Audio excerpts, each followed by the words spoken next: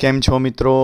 હું આજના દિવસની વાત કરું તો આજે સવારથી લઈને અત્યાર સુધી આજે દિવસ કેવો ગયો, કારણ કે મને અલ્સર છે. એટલે આપણે દર વખતની જેમ હું જે પ્રમાણે કહું છું કે મોટા આંતરડામાં ચાંદુ પડ્યું હોય અને સંડાસ જઈએ એટલે લોહી આવતું હોય, એ રીતનું રોગ કહેવાય. પણ એમાં શું કરવાનું? એક તો છે કે ડૉક્ટરની સલાહ મુજબ દવા લેવાની. એટલે કોલોનોસ્કોપી કરાવી હતી, એમાં ચાંદુ આવ્યું હતું. એટલે ડૉક્ટરે દવા આપી છે. એ દવા તો લઈએ જ છીએ, પરંતુ સાથે સાથે જમવાની જે ચરી પાડવાની હોય, તો એના માટે હું રોજ જ શોર્ટ્સ દ્વારા હું મૂકું છું કે હું સવારે કેટલા વાગે ઉઠું છું ને શું છે ને શું જમું છું ને કેટલું પાણી પીવું છું ને શું કંઈ મારાથી ભૂલ થઈ, લોહી આવ્યું કે નહીં, એવું નવું નવું હું કહેતો રહું છું. તો મિત્રો આજે પણ હું આજની વાત કરું તો હું આજે સવારે 6:55 એટલે કે 7 વાગે ઉઠ્યો હતો. અને વરસાદ જ એટલો પડે છે કે આપણે નીચે વોકિંગ કરવા માટે જઈ શકતા નથી. અને બીજું છે કે મારી એક આળસ છે કે હું યોગાસન નથી કરતો. બાકી યોગાસન થોડા વ્યવસ્થિત આમ કરવા જોઈએ કે જેથી બહુ બળપૂર્વક નહીં, પરંતુ એક શિથિલ યોગા એવું કંઈક જીભ વાળીને અંદર શ્વાસ લેવાનો એટલે પેટમાં ઠંડક થાય એવો એક યોગાસન પણ કરવાનું હોય છે. પરંતુ આપણી એક આળસના લીધે નથી થઈ શકતું. એટલે આ રીતે હું સવારે ઉઠ્યો અને સંડાસ ગયો હતો. તો આજે થોડું મળ મને કડક આવ્યું હતું. કડક એટલા માટે કે હવે એ કંઈ ખ્યાલ નથી આવતો, કારણ કે ગઈકાલે તો મેં જે પ્રમાણે શોર્ટ્સમાં તમને બતાવ્યું હતું કે મેં કઢી ભાત, છૂટી દાળ અને ભાખરી ખાધી હતી. તો લગભગ એવું લાગે છે, અને મેં માખણ પણ ખાધું હતું, કે તો લગભગ એવું લાગે છે કે જે ભાત હતા એમાં થોડા ભૂખ લાગી હતી, એટલે થોડું જીભનો સ્વાદના લીધે થોડા વધારે મેં ભાત ખાઈ લીધા હતા. અને વરસાદ પડતો હતો એટલે વોકિંગ પણ ઓછું થયું હતું એવું મને લાગે છે. એટલે આજે સવારે થોડું કબજિયાત જેવું રહ્યું હતું, એટલે મળ કડક આવ્યો હતો. અને છેલ્લે થોડું મળ સાથે આમ લોહી પણ આવ્યું હતું વીંટળાઈને. એટલે જોઈએ તો એ ગઈકાલે જમવામાં જે પણ કંઈ હશે એને હવે આપણે ખ્યાલ રાખવો પડશે, અથવા તો ભાત ઓછા ખાવા પડશે, તો આપણને થોડું રિકવર વધુ મળશે એવું મને લાગી રહ્યું છે. એટલે સવારે સંડાસની બધી પ્રક્રિયા પૂરી કરીને હું સ્નાન કરીને પછી નાહી ધોઈ અને એટલે પૂજા કરી. ત્યારબાદ મેં નવશેકું પાણી પીધું અને 10 મિનિટ થોડી વાર ઘરમાં ચાલ્યો. અને પછી તો મેં સવારનો નાસ્તો કર્યો. તો નાસ્તામાં સવારે મેં ઉપમા અને રોટલીના અંદર સારું એવું વ્યવસ્થિત આમ ઘી નાખ્યું હતું, કે જેથી સવારે આપણું પેટ કેવું હોય કે એકદમ સૂકું થઈ ગયું. આપણે સૂઈ ગયા હોય એટલે 6-7 કલાક સુધી એ થોડું સૂકું થઈ ગયું હોય, એટલે ઘી જાય તો એકદમ સ્મૂથ એ જે આંતરડા છે એમાં થોડી ચીકાશ આવી જાય. એટલે અડધું જાય તો ઘી થોડું ચીકાશ હોય એટલે સારું રહે. એમ કે એના પછી આપણે જે ખોરાક નાખીએ તો એ બધો ચોંટે નહીં, અને આમ સહેજે એવું આમ જે ખોરાક હોય એ નીચે જતો રહે. એવું મેં આયુર્વેદિક ડૉક્ટરના દ્વારા મારો જે મિત્ર છે આયુર્વેદિક ડૉક્ટર, એના થ્રુ મેં જાણ્યું હતું. એટલે આ રીતે ઘીવાળી રોટલી અને ઉપમા મેં ખાધા.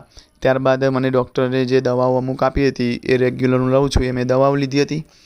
ત્યારબાદ 2 પાણીની બોટલ લઈને, એટલે કે 1 લીટર પાણી લઈને પછી હું કામ પર ગયો. અને કામ પર ગયો ત્યાં મમ્મીએ મને ઘરેથી બીજી 3 રોટલી અને બટાકાનું શાક અને છાશ આપી હતી, કારણ કે 10-10:30 થોડું ભૂખ લાગે એવું થાય તો એ જમી લેજે. તો એટલે મેં 10:30-11 વાગે એ જમી લીધું. અને પછી વરસાદ બહુ હતો એટલે ઘરની આજુબાજુ થોડું પાણી ભરાઈ જાય એવી બીક હોવાથી કામ પરથી ઘરે આવી ગયા. અને પછી આમ બપોરે પછી ઘરે આવીને તો તુરિયા બટાકાનું પછી શાક ખાધું, રોટલી, ઘી, ગોળ અને છાશ, એ રીતે મેં બપોરનો ખોરાક લીધો. અને આમ સવારથી લઈને બપોર સુધીમાં મેં લગભગ 12-12:30 સુધીમાં 1 લીટર મેં પાણી પૂરું કરી દીધું હતું. એટલે 1 લીટર એ પાણી મેં પી લીધું, કારણ કે પાણી આપણે રોજનું 3 થી 3.5 લીટર પીવાનું હોય છે. અને પછી બપોરે તો થોડી ગઈકાલની ઉજાગરો હશે, એના લીધે પણ એ કબજિયાતનો ભાગ હશે, એટલે ઊંઘ નહોતી આવતી એવું હશે. એટલે આજે બપોરે થોડું વાતાવરણ ઠંડકવાળું, એટલે ઊંઘ પણ સારી આવી ગઈ. એટલે 1-1.25 કલાક જેટલો આરામ કરી લીધો. અને પછી ઘરે થોડું પરિવારને, દીકરીને બધાને સમય આપ્યો. અને આમ કરીને થોડો સમય ગયો થોડું ચાલે અને પાછું પાણી તો એ દરમિયાન પાછું મેં સાંજના 5 સાડા 5 સુધીમાં પાછું 1 લીટર પાણી પી લીધું. એટલે આ રીતે 2 લીટર જેટલું પાણી થઈ ગયું ને હજી થોડું પીશું એટલે 3 લીટર જેવું પાણી થઈ જાય. તો વારંવાર પેશાબ જવું પડે તો એ પણ સારું કહેવાય કે જેથી અમુક કચરું હોય પણ નીકળી જાય અને આમ પાણીના લીધે આંતરડા પણ સાફ રહે. એટલે પાણી તો આપણે એ પીવું જ જોઈએ. અને બીજું છે કે ચિંતા ટેન્શનનો જે ભાગ છે એ પણ આમાં થોડો મુખ્ય મહત્ત્વનો ભાગ ભજવતો હોય છે. પરંતુ હવે આપણે કામ પર જવાનું હોય એટલે થોડું તો ટેન્શન આવે જ, કારણ કે ફ્રી તો કોઈ માણસ આ દુનિયામાં રહી જ ના શકે કે બેઠા બેઠા પૈસા મળે. એટલે થોડી તો ચિંતાનો ભાગ આવે જ, પરંતુ એ પણ એની અસર એ કરી જાય છે. કારણ કે એક આપણે વારંવાર વિચારતા હોય અને ચિંતા આવતી હોય ને અમુક વખતે ઊંઘમાં પણ આપણને આમ થતું એટલે આપણે જાગી જતા હોય એટલે ઊંઘ પૂરી ન થાય. એટલે આ ચિંતા અને ટેન્શનનો જે ભાગ છે ને એ પણ આ અલ્સરમાં એક મહત્ત્વનો ફાળો ભજવે છે.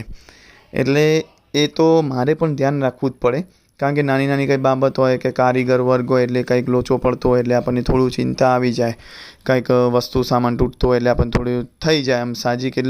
એટલે એ પણ એક ચિંતા ન આવે, ટેન્શન ન આવે એનું પણ ખાસ વારંવાર ધ્યાન રાખવું પડે છે. તો એના લીધે શું થાય કે આપણે જેમ કબજિયાતનો ભાગ છે ઓછો થાય. ઘણી વખત આપણે સાંભળ્યું હોય છે કે મને ઊંઘ નથી આવતી ને એવું ને પેટમાં દુખાતું હોય, એ શું હોય છે કે કબજિયાતનો ભાગ થઈ જાય છે. એટલે એ બધું વધારે ન થાય એના માટે ટેન્શન નહીં લેવાનું. અને બીજું પછી આ રીતે રાત્રે મેં ખીચડી પછી ચોળા ઢોકળી તો એકદમ નહીવત ખાલી મોઢું સારું કરવા માટે આમ 2 ચમચી એ ખાધી.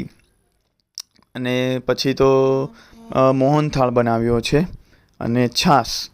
એટલે આ રીતે ખીચડી છે, મોહનથાળ છે, ચોળા ઢોકળી છે અને છાશ છે. એટલે આજે એ રીતે ખોરાક રાતનો થવાનો છે, બરાબર છે. એટલે કહેવાનો મતલબ એ છે કે આપણે આ બધો જ ખોરાક ચાવીને ખાઈએ. તો આજે બપોરે પાછી મારે શું ભૂલ થઈ ગઈ, ભૂખ લાગી હતી એટલે પાછું ઉતાવળમાં થોડું ખવાઈ જાય. એ વખતે યાદ હોય પણ ભૂખ એવી લાગી હોય એટલે આ જીભનો જે સ્વાદ છે એના પર કંટ્રોલ ખૂબ જ કરવો પડશે. એટલે ચાવીને જમીએ તો એ સારું રહે અને પાણી પીએ તો પણ એ સારું રહે. એટલે જમવાનું હું જમી લઈશ હમણાં રાતનું, અને આ રીતે ખીચડી, ચોળા ઢોકળી, મોહનથાળ ને છાશ એ જમીને પછી હું દવા લઈશ. અને અત્યારે પણ થોડો વરસાદ અને વાતાવરણ પેલું એ છે એટલે જોઈએ કે ઘરમાં ચાલવું કે નીચે. કારણ કે ઘરમાં ચાલીએ તો કંઈ વધારે રાઉન્ડ આપણે મારી શકાતા નથી અને નીચે હોય તો થોડું આમ સ્પેસ સારો હોય તો આપણે વધારે ચાલવાની ઈચ્છા થાય. તો જેના લીધે આપણું પેટ પણ સાફ રહે અને સવારે મળ એકદમ ચોખ્ખો આવે એવો પ્રયત્ન કરીએ છીએ. એટલે દવા તો લઈએ છીએ પરંતુ આ પણ એક કાળજી રાખીએ છીએ. તો મિત્રો આજનો મારો દિવસ આ રીતે ગયો છે. અને મુખ્ય છે કે એક વિશ્વાસ અને હિંમત એ પણ જરૂરી છે. અને અમુક થોડું વાંચન પણ કરીએ તો પણ સારું રહે કે જેથી ટેન્શન ના આવે, બરાબર છે. એટલે મિત્રો ગુડ નાઇટ, અને હવે આપણે આવતીકાલે મળીએ.